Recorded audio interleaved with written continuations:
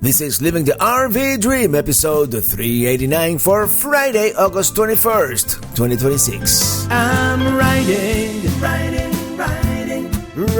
in my RV, wherever I want to be, 'cause I'm free in my RV.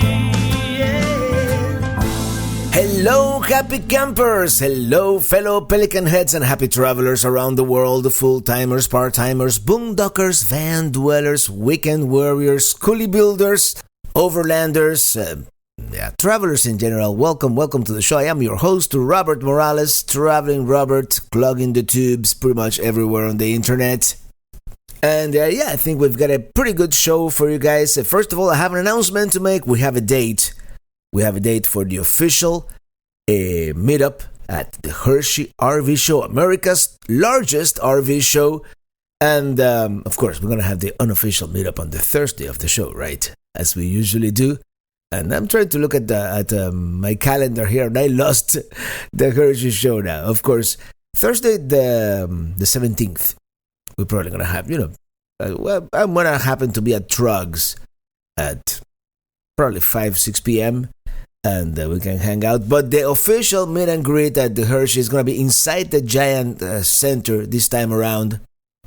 And as you walk down the stairs, it's going to be on your left-hand corner, like at 10 a.m. Probably more like 11 a.m. And 11 o'clock. Not really. It doesn't matter a.m. or p.m. But you're 11 o'clock. It's going to be the meet and greet at 3:30 p.m. And that's up until now, that's the official date and time. That's going to be on Saturday the 19th. I'm like closing the show, I guess. I don't know what I was thinking. I should have requested an earlier time, but that's the one that they gave me. And if you happen to be at the show still at 3:30 p.m. on Saturday, which is the busiest day at the show, come by, say hello, and we'll shake hands and share stories from the road. Now, before we continue, I have an RV news snapshot with Mark Cormier. Thanks, Robert. Today, I'd like to talk about Amazon sending out product recall messages for memory foam and hybrid mattresses. The big issue isn't about poor support. It has to do with failure of federal flammability standards. If you purchased a replacement mattress, check the product tag and reference it to the website for the Consumer Product Safety Commission. In short, that's the cpsc.gov website. To verify your existing RV mattress, visit the manufacturer's webpage and input your vehicle identification number, or for short, the VIN number. The solutions for failed mattresses include a return/refund or a fireproof zip cover. Yeah, that's something important for any smokers or candle and incense lovers. It's just better to be safe, folks. Hope that helps. Here's the reminder. Contact the CPSC or maybe your RV dealer. With an RV News Snapshot, I'm Mark Cormier with Mark's RV and Outdoor Life on YouTube. Thanks, Robert.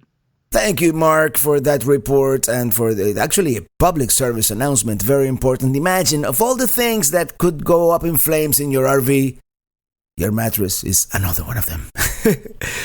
Anyway, I have a little bit of news too, and you've probably heard it, but if you haven't, this one comes a little close to home, since I was a Winnebago brand ambassador for 5 years, and I used to call the Middlebury factory the mothership. Well, the mothership is no more. It's one of 2 factories Winnebago is closing down in the future.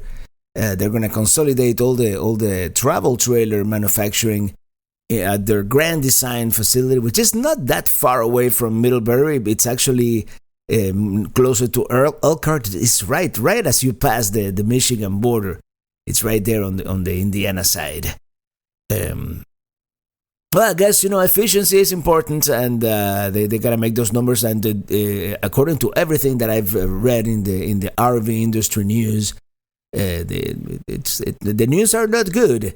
According to Mike Wendland, it's a buyer's market, and I think it's been a buyer's market for a while, but right now It's a good year if you want to get a deal, I suppose. Just have to know what you're doing and how to negotiate something that I don't really know how to do. But go to the Hershey RV show and you're bound to find a good deal, and you might bump into me. So there you go. Now, as I usually do on this podcast, especially lately, I'd like to tell you what I did lately, what I did last week, and actually for the past few weeks, it feels like months. Really, we've been weekenders in South Florida, and that's going to change next week. But the last weekend, we visited a town that usually, it's Miami, Fort Lauderdale, even Palm Beach, or West Palm Beach, get all the love, in the news or in the, it's in the, they're the one more in the tourist radar. But last weekend, we spent the weekend at Pompano Beach, named after a fish. And apparently fishing is really good in this area. And we are like, let's see what it's all about. And on the first day, mainly, what I decided to do, let's just drive from like one pier to the other pier. There's one pier in Pompano Beach, and then there's the Deerfield Beach pier farther north, and that's what we did. And as much as we wanted to be outside, outdoors, enjoying the fresh air of the Atlantic, and perhaps the beach, I'm gonna sound like a broken record, but it was darn hot. In fact, all these days we've been breaking records in South Florida for hottest temperature. I mean, it never gets to 100 here, but 96 here. It feels like 120 would feel somewhere else because of the humidity, and it was miserable out there. So Deerfield Beach is located. Let's start with Pompano. Pompano Beach is located kind of just north of Fort Lauderdale. There's Fort Lauderdale, and there's like Lauderdale by the sea, and right after that you have Pompano Beach. And the first thing we did, we wanted to see the pier. It's a fishing pier. I believe it costs like $5 to fish, but it is free if you just want to sightsee.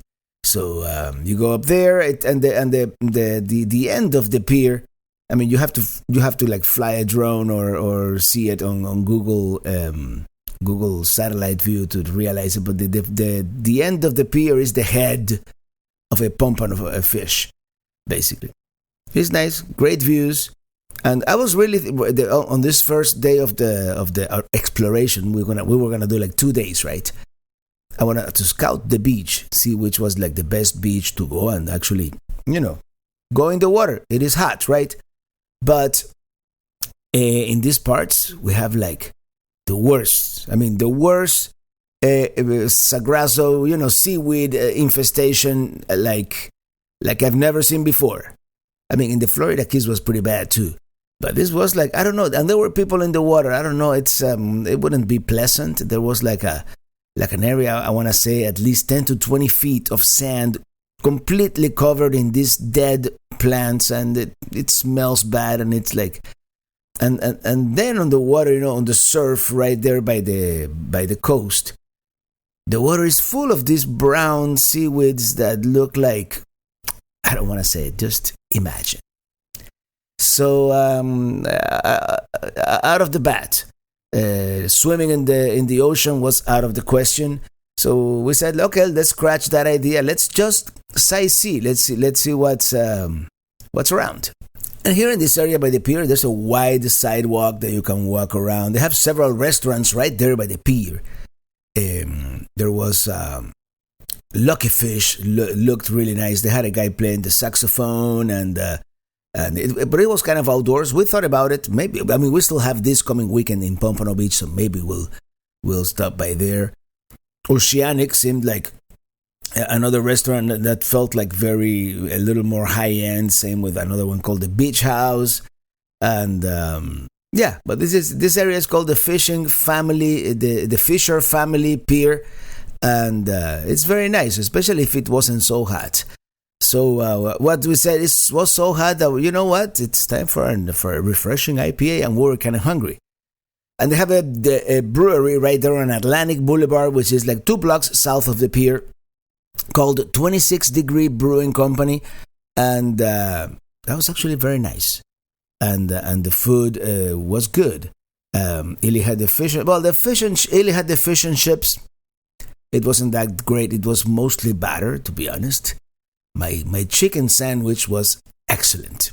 I really liked it. It was like a kind of like a buffalo hot chicken, but it was like breaded to perfection and lettuce, tomato. And also a potato bun that didn't really hold the sandwich all that well, but the beer was good. I forget. I had their signature American IPA, and it was really good. Now 26 degree, they claim, because we're kind of at the 26 degree of latitude north, which it's kind of a stretch. If they had built the brewery in Hollywood, Florida, yeah, Hollywood, Florida is actually at 26 degree of latitude north. This is like 26.1. We're a little farther north, but the approximation is good and it's a good name. So yeah, from here we just drove north. And there's really not all that much to see. There's a bunch of more restaurants and condos and whatnot, but the area is actually more developed than I expected. But what we decided to do, there's the Hillsborough Inlet, and there's the Hillsborough Inlet Park, which is one of those places where you can see the Hillsborough Inlet Lighthouse, which is very cool, and you can see all the boats coming in and out of the inlet. It's a fairly narrow inlet. And apparently there's like an artificial coral reef. So there were some people snorkeling. Apparently you can snorkel there. And I didn't do it. At that point, I didn't feel like getting in the water. But it's something you can do. And the lighthouse, unfortunately, it only opens once a month. But it's a pain to visit. You have to become a member of the Conservation Society or something like that. And it's like they go out of their way to make it difficult for you to visit that inlet. So the lighthouse. So we didn't do it. We continued driving north, and there's by the way, this is Hillsborough Inlet. It's let me look it up here, because at this point we're already in Hillsborough Beach, which is not part of Pompano. It's another city. But then we go north, and we're gonna go into Deerfield Beach, and then there's it reminds me like it's not exactly the same, but it reminds me of like the balcony of Europe, or something like that. It's a balcony where you overlook the beach, and this beach is different. This beach has like these rock jetties, like not jetties, but they're like breakers, and yeah, this was more like a local beach up here. Oh, I forgot. Also, close to the rewind all the way back to when we were at the Pompano Beach Pier. We also went to this place called it is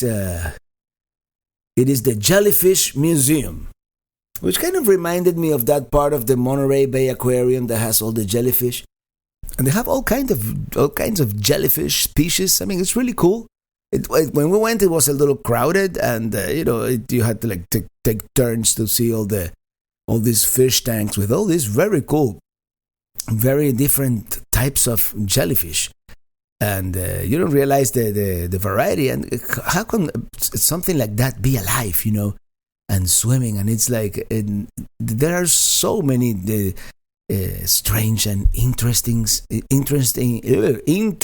species in this planet, and this is definitely one of them. And they had like the little tiny larvae, and they had colorful ones and with different tentacles, and some of them you could even see like the circulation inside the jellyfish. It was fascinating, really. I mean, you can spend a long time there. We'd spent like I want to say half an hour, and it was like what, $23, $24. I looked it up.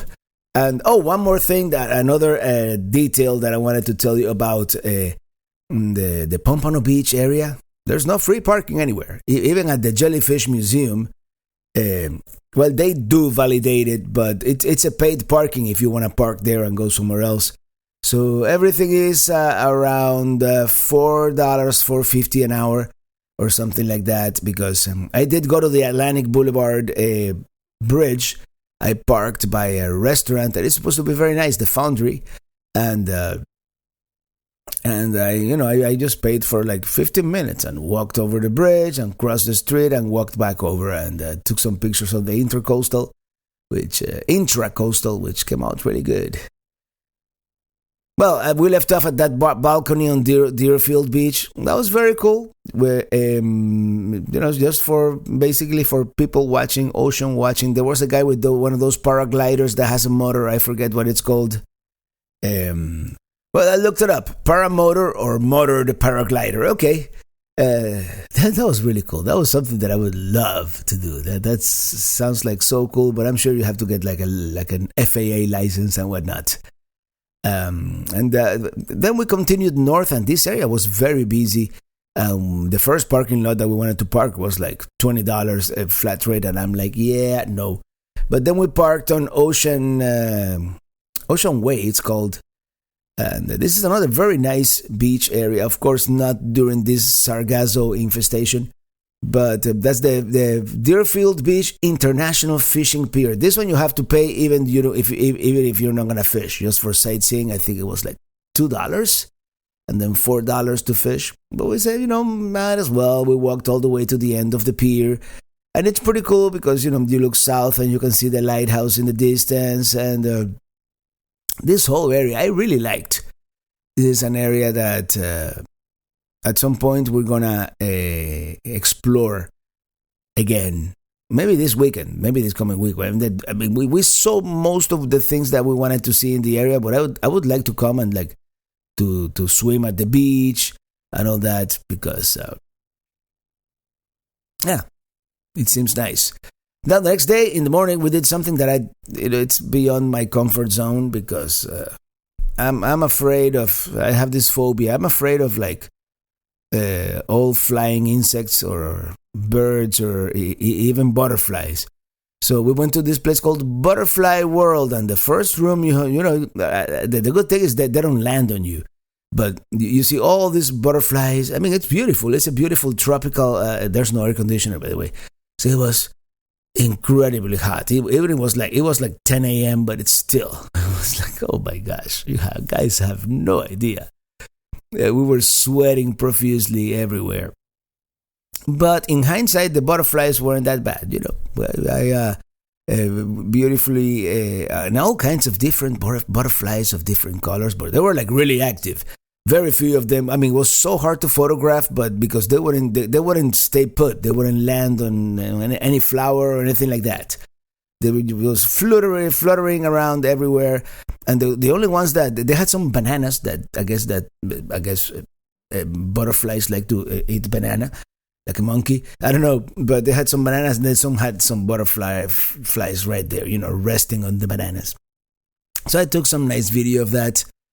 But then, the next room, it's birds, and I don't want to be trapped inside a cage with birds. I don't know. There's something about that. And they were beautiful, like little like pelicans, are they called? Like small parrots. And beautiful birds, but they would fly like from one side to the room to the other, and they would go like really dangerously close to your head. They kind of like to fly like inches from your ear, and I'm like, yeah, that was another one of those experiences. I saw the movie The Birds by Alfred Hitchcock back when I was a kid, and I guess I'm traumatized. Sorry about that. They have in the same place after the bird trauma, they had this insect zoo, and all kinds of tarantulas and different birds. I mean, bugs of all kinds, but then you get to the cockroaches, and I cannot erase that image from my brain. They had like these two sticks, like two tree branches inside a cage, inside a glass cage. I mean, it felt like thousands of cockroaches. There were probably like 50. But they were all there on top of each other, and it's like, it's one of those images that you want to erase from your head, from your brain. They had a display, with dead bugs, like on its own, like this place, like with all kinds of different butterflies. It was very tastefully done, and they had all these huge beetles and cockroaches and dragonflies from like all different parts of the world that are huge. I mean, you feel like you're on one of those science fiction movies with giant bugs. So that was the one, and the last one was the parrots, and it's a place where you can feed the parrots. And I didn't want to feed the parrots. I just wanted to see the parrots, right? But then the nice young lady who runs the place, you're a YouTuber, okay, this is gonna be good content, and she decided to to feed one of to let me feed the parrot, or at least feed one of the parrots in front of me. And I have my camera, on my forearm, as you do, filming the parrot eating, and 5 seconds later, I guess a parrot thought I was a tree branch, or thought I was gonna feed him, I don't know, and it landed on my arm, and I'm like, oh no, I'm afraid of flying things. I guess I'm not afraid anymore after that, huh? But I was like, that young lady, she was laughing so hard at us, because how can you guys be afraid of a small parrot? But anyway, I haven't reviewed all the footage of it, but I think it came out pretty good. But after that experience, we are like, yep, I need a beer. I mean, I was literally shaking a little bit by this. I laugh all you want. We all have our traumas and our phobias.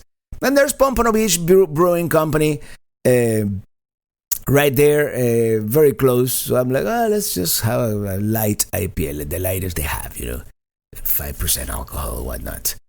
And it's 5 o'clock somewhere, right? So that's what we did. We went to Pompano Beach Brewing. It was kind of strange. I mean, it's in a warehouse in a very industrial area, full of it's all warehouses and stuff like that. So, but the beer was good. Actually, it was good for, as I recall now, all they had was like New England style hazy IPAs, which I mean, it's good, but over the years, as I refine my IPA taste, I'm more of an American IPA or West Coast IPA kind of guy. Sorry, New England folks, you have great other stuff, but the IPA, I'm not too much of a fan. But that's all they had, so we had one. It was good. It calmed my nerves. And from there, we decided, you know what? Let's do the water taxi. Yeah, there's a water taxi in this area. Actually, there are 3 water taxis that run all over, up and down the Broward County Intracoastal Waterway. There's, of course, the main one is the Fort Lauderdale one that we did, I believe it was last year. There's one in Hollywood, and then there's the Pompano one. But the Pompano one actually departs from Oakland Park, which is like the northern part of Fort Lauderdale, at this restaurant called Shooter's Waterfront. A little fancy, but I mean, eventually later we ate there. And it was actually really good. So, and there are several stops. We were gonna stop at the northernmost stop is at the Hillsborough Inlet, where they have the lighthouse. And the whole trip, the whole round trip is about 2 hours and 15 minutes. And they have two boats doing that run. So I guess it takes 1 hour 10 or so to get up, and then If you get off there, you have to wait 1 hour and 10 minutes to get back down. And then there was this place called the Naughty Dog Marina Cafe, that in theory sounded like a good idea to go there and just have something to eat. But we decided, we don't want to wait 1 hour. And the place, has like a limited menu. It's more like a brunch kind of thing, I think. And it's and the thing that got us, it has 4.8 stars on Google, but only 9 reviews. So either it's a new place or it's not a very popular place. We decided to go for something sure and eat at Shooters on the way back. So we just did the round trip. I got some great footage, beautiful mansions. You get to see some beautiful houses.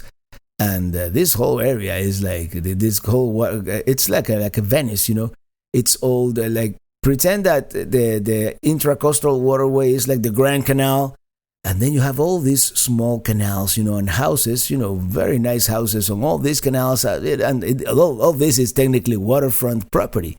So imagine it's very cool, That's and this goes down all the way down to Fort Lauderdale too. You have that Las Olas Isles and Marina Mile and all that, but and it's a guided tour, and the guide was joking.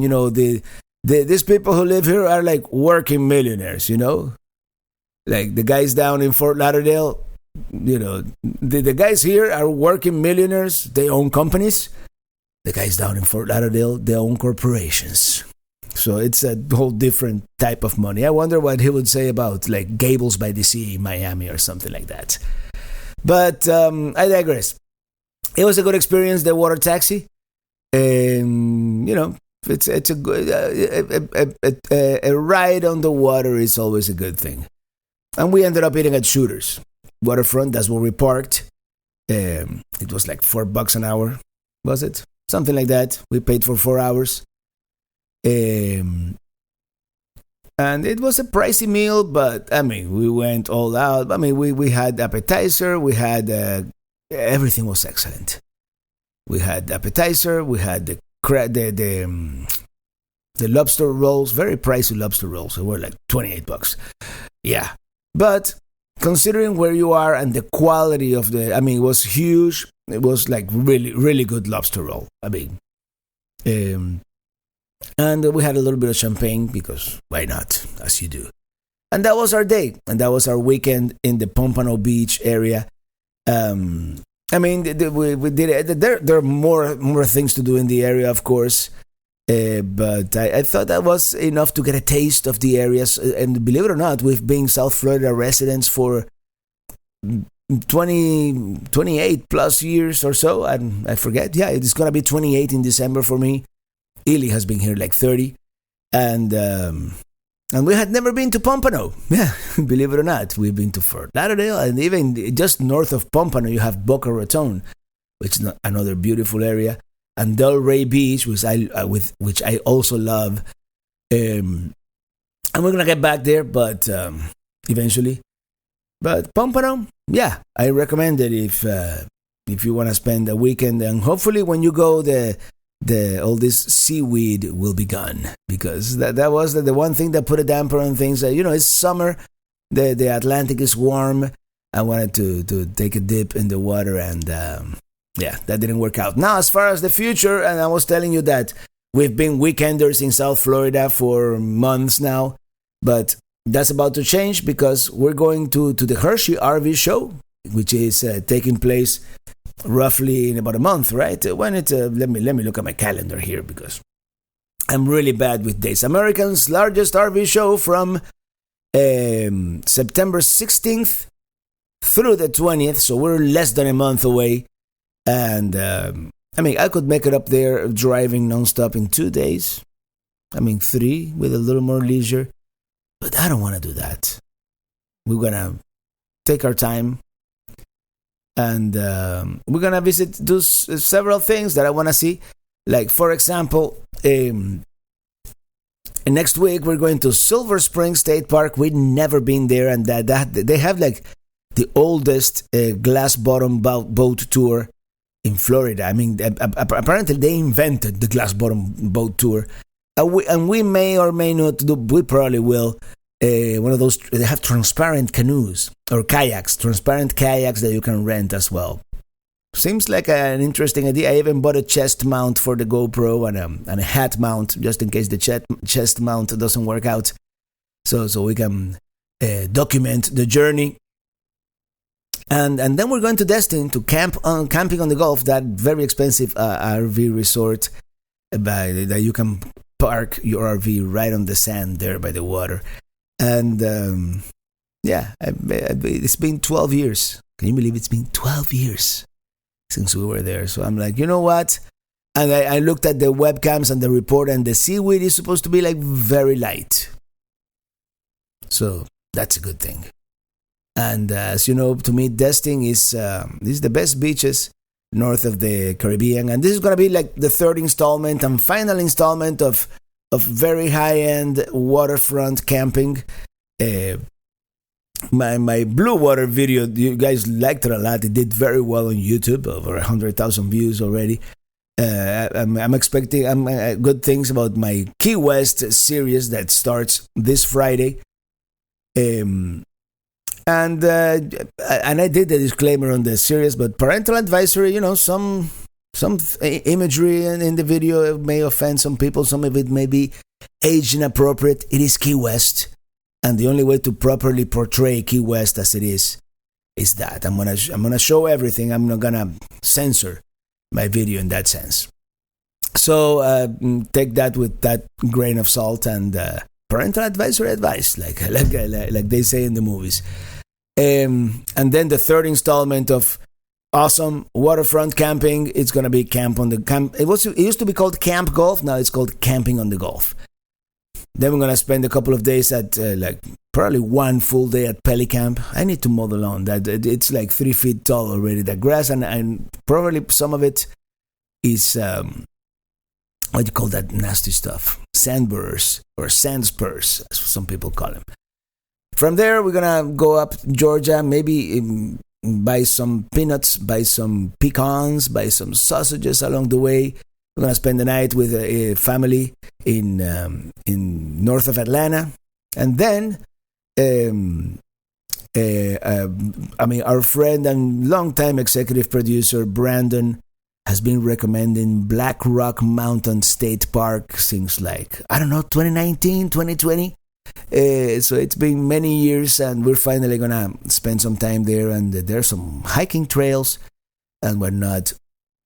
Then I haven't reserved it yet, but we're gonna do something along Stone Mountain State Park, not the one in Georgia, the one in North Carolina, or New River State Park, or maybe we'll do Shenandoah National Park. I don't know, somewhere getting closer to Hershey, Pennsylvania, because we have to be there on Monday. The idea is to be in Hershey, Pennsylvania on Monday, and but at that point we still have a whole week to figure things out. I have a couple of 1,000 trails reserved along the way, but we probably won't. I'll probably cancel them, and we're gonna stay there at the Hershey from the whole week, from Sunday through Saturday. Saturday right after my meet and greet, I'm hitching up and going to 1,000 trails that I was able to reserve for that night. Even if we arrive late, it doesn't matter. It's just kind of like we're gonna be boondocking at the dry camping area right next to the fairgrounds, or the Giant Center as it's called. So we're by that point we're gonna need a dump station for sure. So that's why I reserved that 1,000 trails. Since I have 1,000 trails, it's free camping or included with my 1,000 trails. And then we're making a beeline south, because we want to be here in South Florida for a few days before we go back out west and pick up Peli Cruiser, and that's going to be another whole adventure. We're going to do US 50, finally, all the way from Sacramento, California, all the way to Ocean City, Maryland, in roughly 3 weeks. I'm going to give it 3 weeks. And then we probably won't do another trip until late in the year.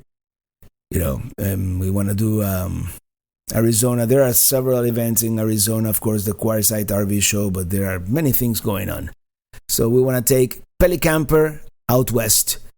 So we're going to take Pelicruiser back east and then Pelicamper out west, if that makes sense. So two cross-country road trips within a month of each other or so. That's kind of the plan for the rest of the year. And of course, plans change. So if anything changes, please let me know what you think in the comments, either on the YouTube version of this video, of this podcast on YouTube, or on the I believe there are comments on the blog at travelingrobert.com/WP/podcast, and the number of this episode. There will be a link, of course, wherever you you download this podcast either iTunes or no, it's not iTunes anymore. It's the podcast app on Apple or Pocket Casts or whatever you use. And that's it. That's all I have for you today. As always, thank you so much for listening. Check out Pompano Beach, and as always, see you on the road, because we are living the RV dream and loving the RV lifestyle, because I'm free in my RV.